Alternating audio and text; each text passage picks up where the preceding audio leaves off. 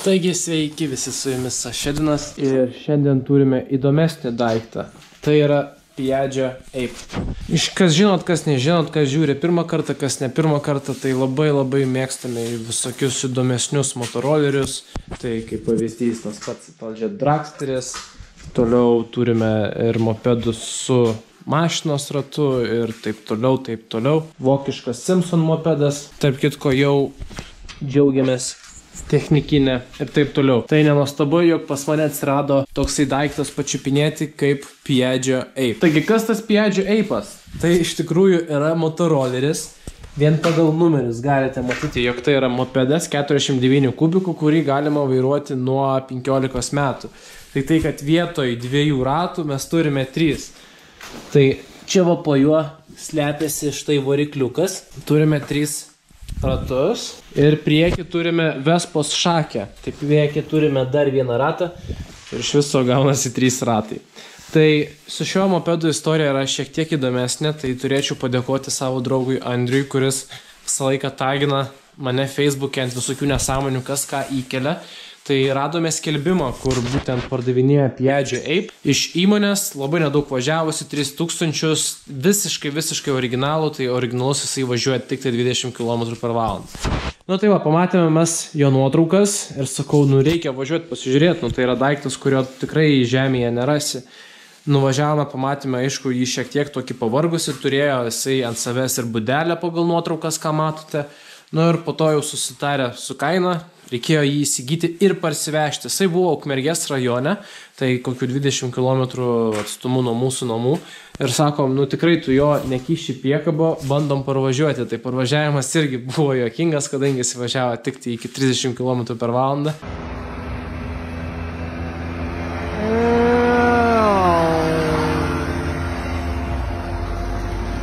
Ir tada prasidėjo tuningas. Dėl to, kad žmogus mums tuo pačiu davė visokių papildomų detalių. Čia va matosi krūva. Tai viduje buvo DR Evolution 100 kubikų cilindro komplektas. Nu tai aš nebūčiau aš. Kau broli reikia tuninguoti, nieko nebus. Tai cilindrų skersmens skirtumą matote štai čia. Ir susidėjo tą 100 kubikų grupę, nu ir iš tikrųjų kosmosas kiek jautėsi, bet kadangi čia yra visiškai standartinė transmisija, tie bėgiai pasidarė per trumpi, važiavimas gavosi nebe toks jau ir smagus. Aišku, žiemą vis tiek sugebėjome šiek tiek pasismaginti.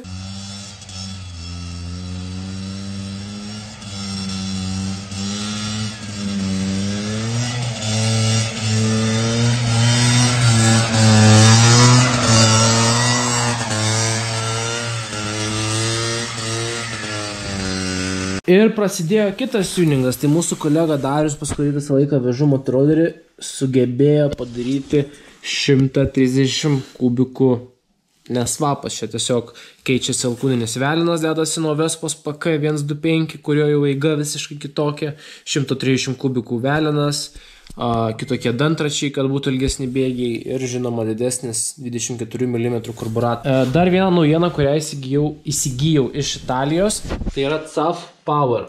Tai yra toksai dalykas, kuris vėlina degimą. Tai reiškia, kad jums reikia šiek tiek degimą paankstinti, kad jisai geriau rinktų apsukas iš žemesnių sūkių ir šiaip geriau važiuotų iš vietos. O kai tu važiuoji greitai, tai tada jisai tą degimą vėlina, kad jisai ne taip kaistų ir geriau važiuotų. Tai iš tikrųjų jaučiasi jisai, kai įsidedi ir jo ten kaina nėra didelė, tas modulis apie 45 eurus kainuoja, jums reikia su apvijų plokštelė tiesiog pakreipti degimą ir viskas puikiai susitvarko, tai iš tikrųjų jaučiasi.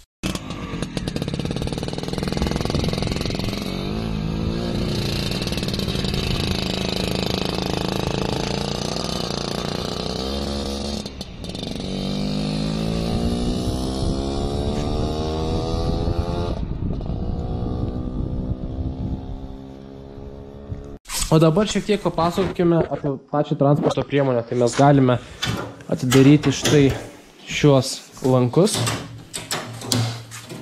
Ir tada kuzavas atsidaro. Galima įtalpinti ir motorolerį. Jau mes su broliu buvome tai padarę. Turiu ir aš jo daiktadėžę, bet aš jos nededu dėl to, kad labai griozdiška. Ir turime 2 duris. Tai mes galime įeiti pro rakinamas duris. Štai čia. ir galime įeiti pro kitas duris, kurios rakinamos tik tai iš vidaus. Ir galime įeiti. Akumo vieta iš tikrųjų priklauso po apačiu, ten yra ir atsarginis ratas, bet čia yra įdėtas rimtesnis akumas ir galime įsėsti į vidų.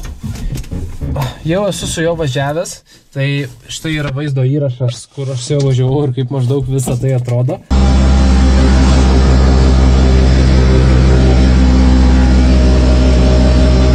Galva siekiu, va.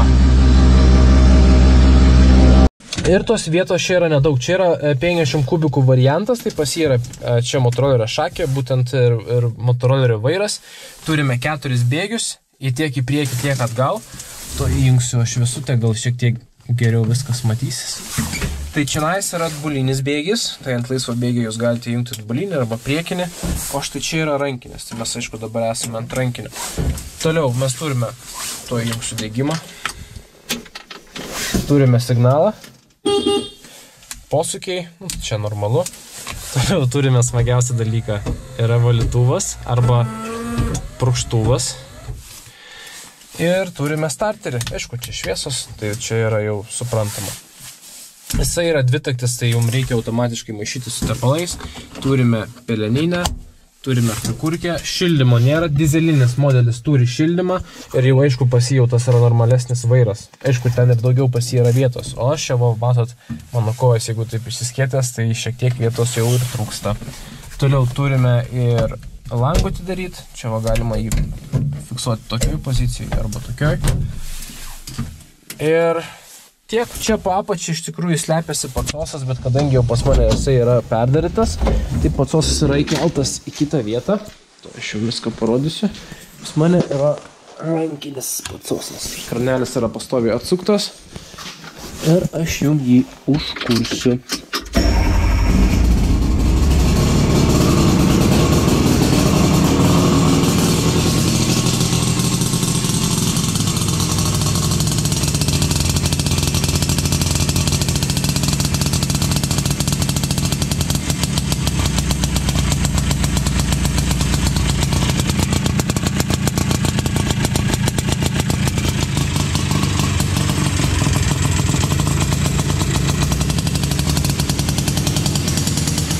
Dirba tai kaip motoroleris, kaip grynai Vespas motoroleris. Aišku, ir dūmina.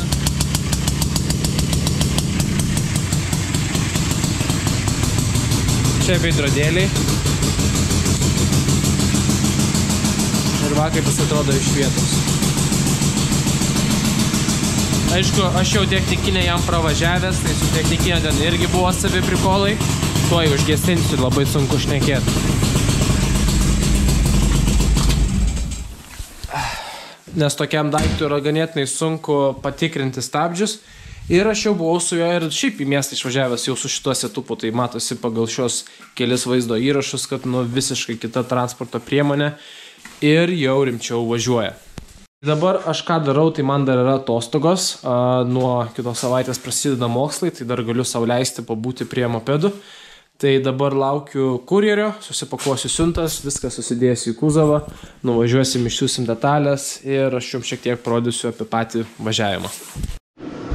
Taigi šiandien biškį mažiau atvežė detalių, tai čia važiuosim išsiųsti, nereikės nieko į kuzovą dėti, bet reikia šį beitą nuvežti į Jonavą, tai bandysim šiandien didelę kelionę į Jonavą ir norėčiau, kad jūs prie manęs prisijungtumėt.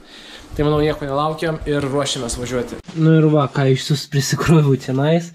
Čia tepalas ir dokumentai, o ką Jonavą nuvežt pasidėjau už tai čionais.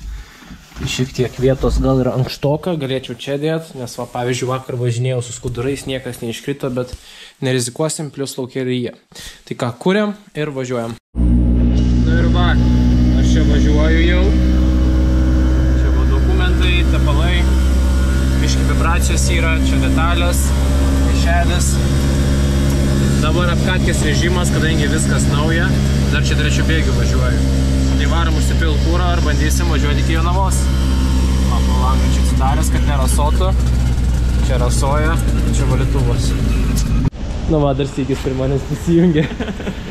Tai va, užsipiliam kūrą, įsiunčiau siuntinius. Važiuosim link Jonavos, biški langai rasoja. Nu bet nieko, tuoj važiuosim.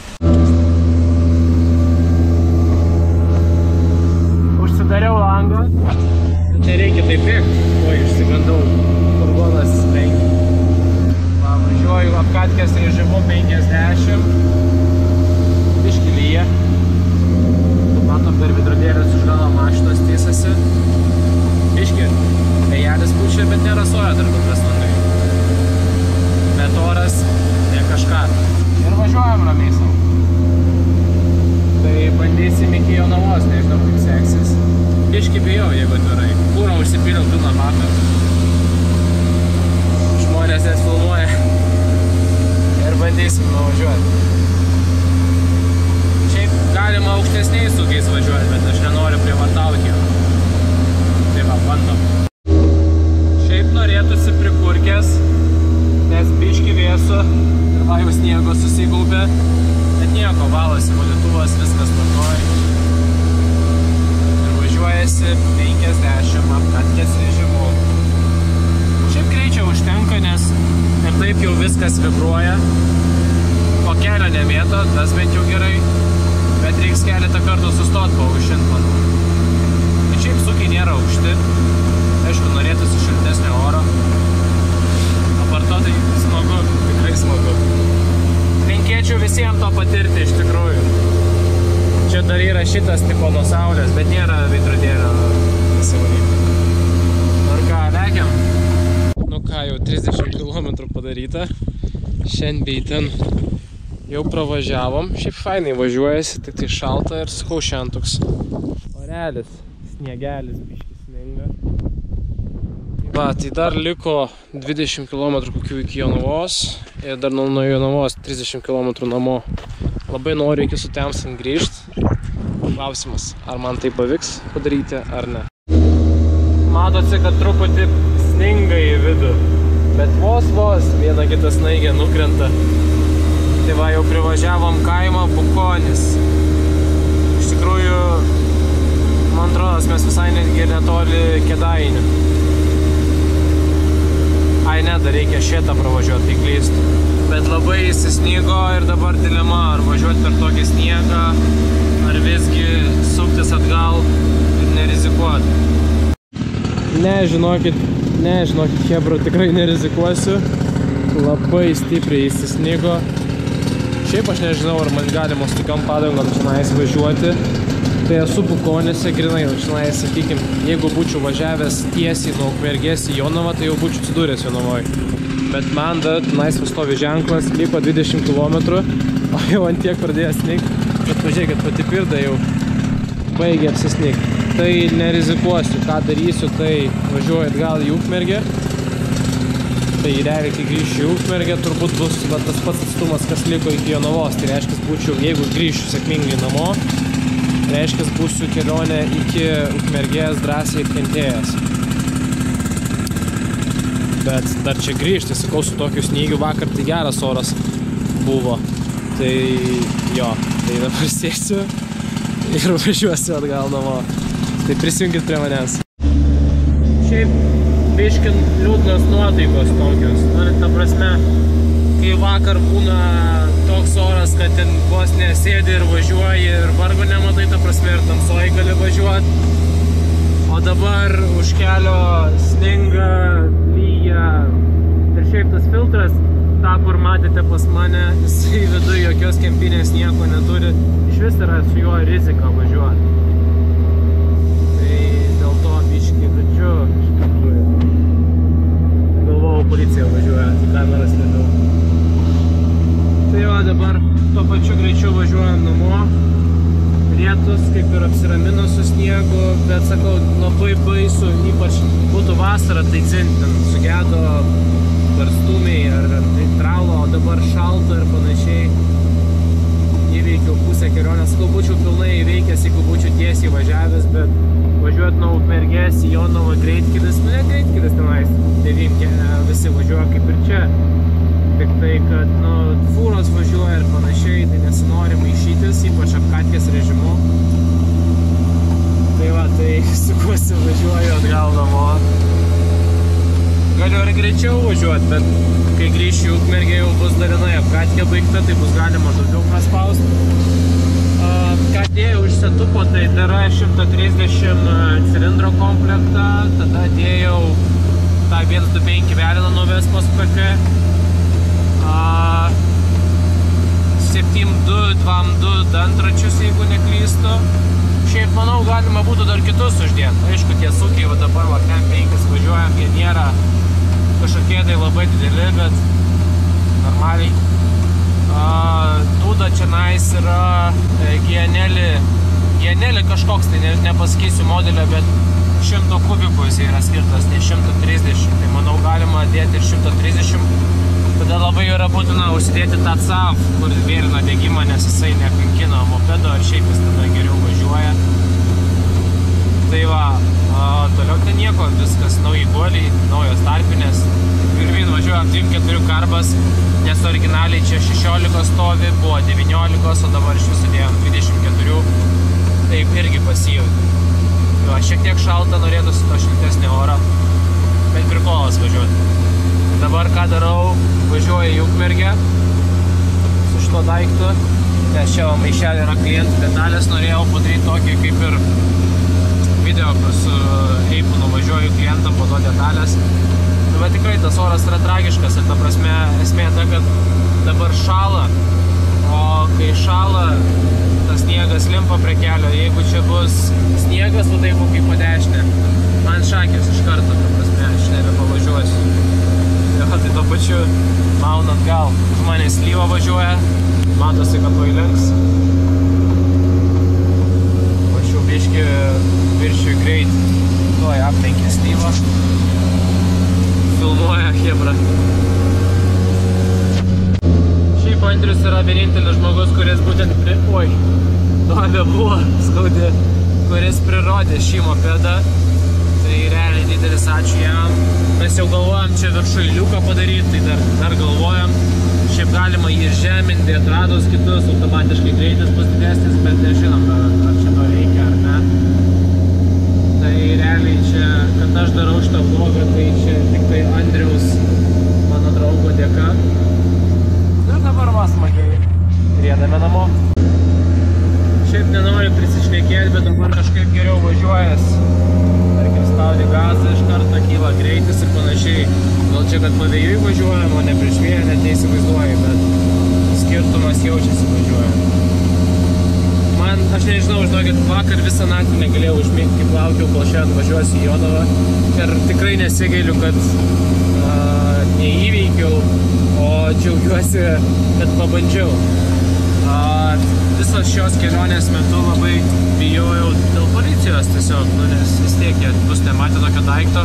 Ir čia yra registruotas kaip mopedas. Tai įdomu iš vis, ar tokį daiktą galima vairuoti kaip mopedą žiemą ar ne. Tai iš kitos pusės gal ir šiek tiek gerai, kad neįvažiavom į tą Jonavą, nes gal būtume gavę neblogai. Tai va. Nu jo, nešilta atgal grįžt, bet prikolas ten, kur variklis, čia sausa. Nuo variklio šyla viskas ir viskas tvarkoj. Galinis langas, galvojam liuką padaryti, kaip ir sakiau. Ir va, jau po biškį tirpsta sniegas. Šiaip juokinga pasivažinėti. Nu ir ką, chebrytė. Ukmergėje mes. Man čia įvažiavimas į Ukmergę. Tai jau šį kartą kažkaip vis geriau pradėjo traukti ir pem, ir šiam sukiai nėra dideli. Apkatkės režimu važiavau visą laiką. Įsisnygo tai labai stipriai. Tai gal ir gerai, kad grįžau, nes jau ir šaligatviai snieguoti. Tai varau dar legendinę ratuką aplink Ukmergę prasuksiu. Važiuoju namo, kol neprisidariau bėdų.